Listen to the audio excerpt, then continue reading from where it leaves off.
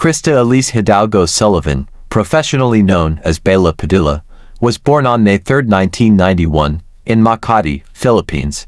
She started her career as a teen star and gradually rose to fame through acting, writing, and producing. Bella gained recognition in teleseries and films, later becoming known for her versatility in both drama and romance.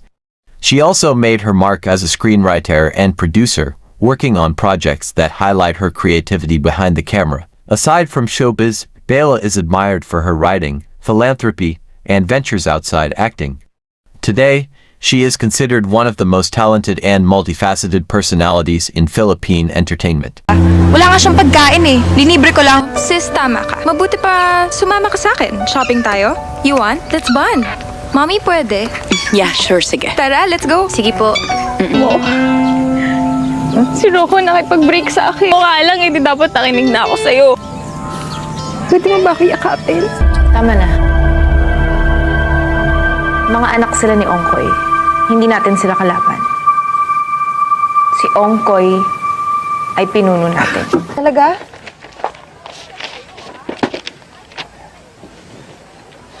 No, Mom. Because she gave me away when I was very little. Maybe she had a... Mukha bang kumakain ako ng lechon? Tama, sinasabi niya pa ako. Boyfriend ko si Jay. Dalawa! Ayaw nakita kay Pilar. Kaya na si hindi mabilis masira. Tsaka, night, wala eh. Mag-record na dapat kami ng demo nung summer. Nakikita kita eh. Sinusundan mo ako? Stalker ka? So, ano nga nangyari? May mahal ka na iba? Ikaw ang dami mong sinabi overtime na. Soko na. Wala pa po akong nakikilalang tao. Nakasing inosente. At saka all is business, bitch! Ibig sabihin, business to Korea! Ito ba yan? Also, yesterday, dinner, I didn't.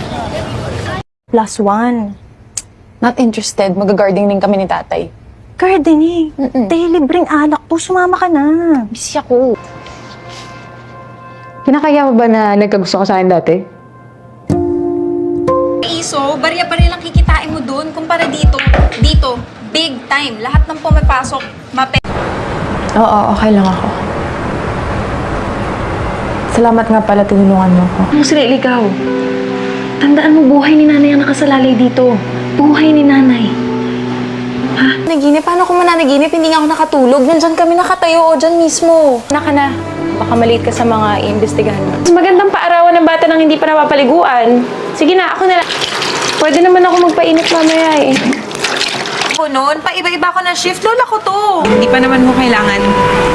Pero sige ho, kung sakali, sasabihan ko kayo. Huwag mo ako lulukohin, ha? Kasi niiwan kita.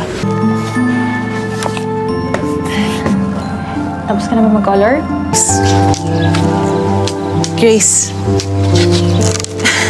Bakit ba parang kasalanan ko?